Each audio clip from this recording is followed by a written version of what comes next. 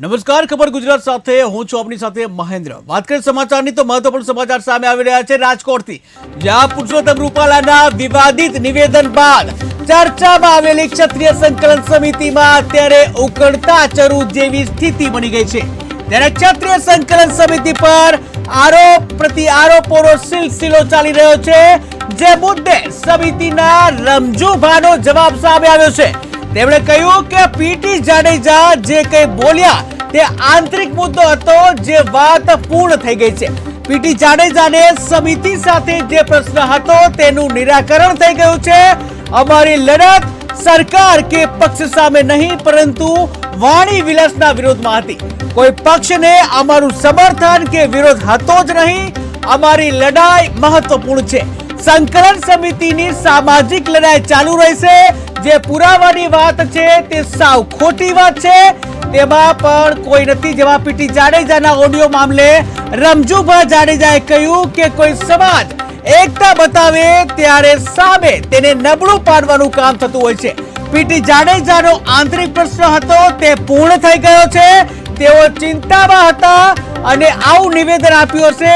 હવે પીટી મામલે સમાધાન થઈ ગયું છે। તેઓ સંકલન સમિતિ સાથે છે કે જ્યાં રાજકોટ લોકસભા બેઠક હતી અને જેને લઈને જે પુરુષોત્તમ રૂપાલાએ એક વિવાદિત નિવેદન કર્યું હતું અને જેને લઈને જે સમગ્ર ક્ષત્રિય સમાજમાં ભારે રોષ ફાટી નીકળ્યો હતો, ત્યારે જે ક્ષત્રિય સંકલન સમિતિ હતી કે જેમાં જે સંકલન સમિતિ દ્વારા ઠેર ઠેર વિરોધ કરવામાં જે આવતા હતા, ત્યારે જે આ સંકલન સમિતિને લઈને સમાધાનના મામલે જે કહી શકાય સંકલન સમિતિ છે એને લઈને મહત્વના સમાચાર હતા। ત્યારે જે રાજકોટ પીટી જાડેજાની નારાજગીનો મામલે જે ખુલાસો કરવામાં આવ્યો છે, જ્યાં પીટી જાડેજા નારાજગી હતી અને તેઓને મામલે ખુલાસો કર્યો છે, ત્યારે ક્ષત્રિય સંકલન સમિતિના રમજુભા છે તેઓની પ્રતિક્રિયા આવી, જ્યાં પીટી જાડેજા મામલે સમાધાન થઈ ગયું છે। ક્ષત્રિય સંકલન સમિતિના રમજુભાનો આ જવાબ, ત્યારે આંતરિક પ્રશ્ન હતો તે પૂર્ણ થઈ ગયો છે તેવું જણાવ્યું।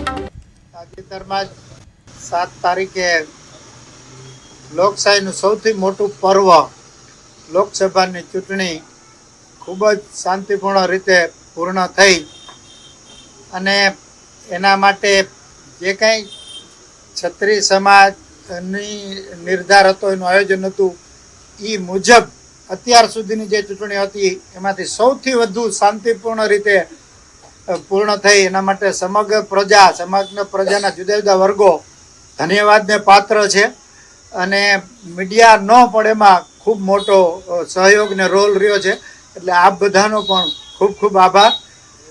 અમે 4-5 દિવસથી એક અમે ચર્ચા કરતા હતા, જે લોકો સંગઠનમાં હોય, ટીકુભાઈને પણ અને બીજા 5-7 જણા અમારામાં જે થિંક ટેન્ક કહેવાય, કે જ્યારે પણ કોઈ પણ સંગઠન એની તાકાત બતાવે છે, અવાજ રજૂ કરે છે, એકતા થાય છે, ત્યારે સામે પક્ષે કોઈને કોઈ રીતે એને નબળા પાડવાનું આ તે એવા પ્રયત્નો થતા હોય છે અને એના ભાગરૂપે કાંઈક ને કાંઈક થતું હોય છે। એમાં જે કાંઈ પીટી જાડેજા સાહેબ એ વાત કરી, સંજોગો વસાતી કાંઈ જે કાંઈ એમના પોતાના ટેન્શનમાં હોય અથવા તો બિનજરૂરી વ્યક્તિઓ દ્વારા એમને જે કાંઈ પરેશાન કરવામાં આવતા હોય ફોન કરીને આતે, એના એક ચિંતામાં એ કે જે કાંઈ બોલ્યા, પણ એ પ્રશ્ન આંતરિક પ્રશ્ન સંસ્થાનો હતો ને આંતરિક પ્રશ્ન 2 દિવસ પહેલાં જ પૂર્ણ થઈ ગયો છે। એમની યારે વાતચીત પણ થઈ ગઈ, એટલે હવે કોઈ પ્રશ્ન રહેતો નથી। સંકલન સમિતિ એક જ છે। પીટી જાડેજા સાહેબે રાજીનામું પણ નથી આપ્યું અને આખી સમગ્ર સંકલન સમિતિ એક જ છે।